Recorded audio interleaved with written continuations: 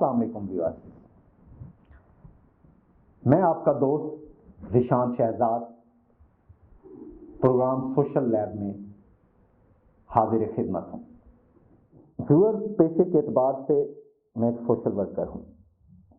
Social work میں اپنی تعلیم مکمل کرنے کے بعد گزشتہ 20 سالوں سے مختلف سماجی اداروں کے ساتھ وابستہ ہوں اور سماجی سرگرمیاں سر انجام دے رہا ہوں۔ ان 20 سالوں میں دن رات گرمی سردی کی پرواہ کیے بنا ہم نے سماجی سرگرمیاں سر انجام دیں تاکہ نظر انداز اور پسماندہ طبقات کو محفوظ کیا جا سکے اور ان کی ترقی کو یقینی بنایا جا سکے۔ ان 20 سالوں میں معذور افراد کی بحالی کا کام کیا، نظر انداز طبقات کو محفوظ بنانے کے لیے کام کیا، اقلیتوں کو محفوظ بنانے کے لیے کام کیا، بے گھر اور بے آسرا لوگوں کو گھر بنوا کر دیے اور کچی آبادیوں کو مالکانہ حقوق دلوائے۔ لیکن یہ سب کرنے کے بعد بھی ایک امنگ رہی کہ کچھ ایسا کیا جائے جس سے زیادہ لوگوں کو فائدہ ہو اور سماجی عمل زیادہ سے زیادہ لوگوں تک پہنچایا جائے۔ آج کے اس عہد میں سوشل میڈیا سے زیادہ بہتر راستہ کوئی نہیں کہ اپنے پیغام کو جس کے ذریعے سے زیادہ لوگوں تک پہنچایا جا سکے۔ اسی ضرورت کے مد نظر ہم نے پروگرام سوشل لیب کا آغاز کیا ہے، جہاں پر ان سماجی امراض کا معائنہ کیا جائے گا اور اس مرض کی صحیح انداز میں ٹیسٹنگ اور اسیسمنٹ کے بعد تشخیص کی جائے گی اور پھر اس کے ٹریٹمنٹ کے لیے کوئی لائحہ عمل مرتب کیا جائے گا۔ یہ آج کا ترقی یافتہ معاشرہ ہمیشہ سے ایسے نہیں تھا۔ پتھر کے زمانے سے شروع ہونے والی یہ داستان بڑے منازل طے کرنے کے بعد یہاں تک پہنچی ہے۔ پتھر کے زمانے میں انسان اکیلے غاروں میں رہا کرتا تھا، اپنے لیے خود ہی خوراک کا بندوبست کرتا تھا، خود ہی جانوروں سے خود کو محفوظ کرتا تھا، خود ہی اکیلے اوزار بناتا تھا۔ مطلب ان سب مشکلات کا سامنا وہ تنہا اکیلا انسان کرتا تھا۔ اس مشکل کو محسوس کرتے ہوئے انسان نے سوچا کہ اپنے جیسے کچھ انسانوں کو ڈھونڈا جائے، اور اس کوشش کے بعد اس نے ایک قبیلے یا معاشرے کی بنیاد رکھی۔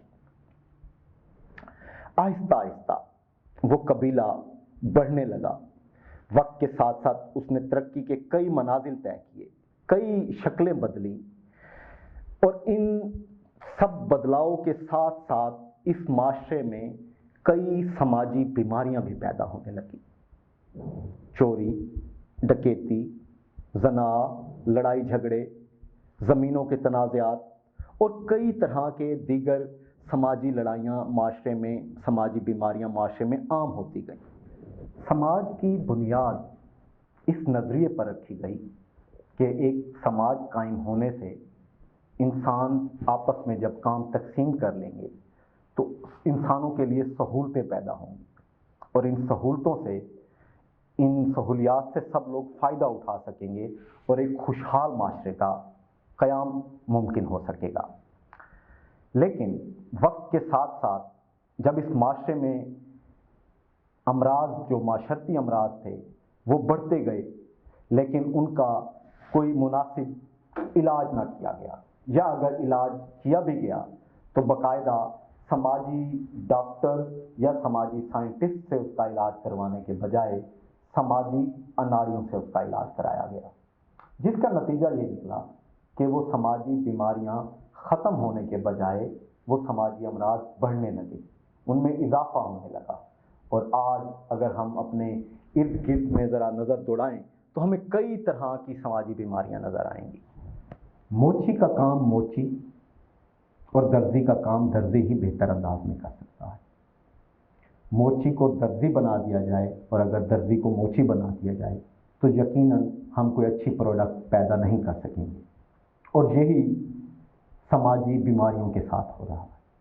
سماجی بیماریوں کا علاج وہ لوگ کر رہے ہیں جن کا یہ کام ہی نہیں، اور ریاستی سطح پر سماجی کارکنوں کو یا سوشل ورکرز کو، جو تعلیم یافتہ سوشل ورکر ہیں، ان کو نظر انداز کر کے اس مرض کو بڑھنے دیا جا رہا ہے۔ اگر ہمارے جسم کو تھوڑی سی کوئی بیماری لگ جائے، مطلب فرض سپوز نزلہ زکام ہو جائے، تو ہم فوری معالج سے رابطہ کرتے ہیں، اور اس بیماری کے علاج کے لیے معالج ہمیں کچھ ٹیسٹ لکھ کر دیتا ہے، اور وہ ٹیسٹ ہم جا کر کسی لیبارٹری سے کرواتے ہیں۔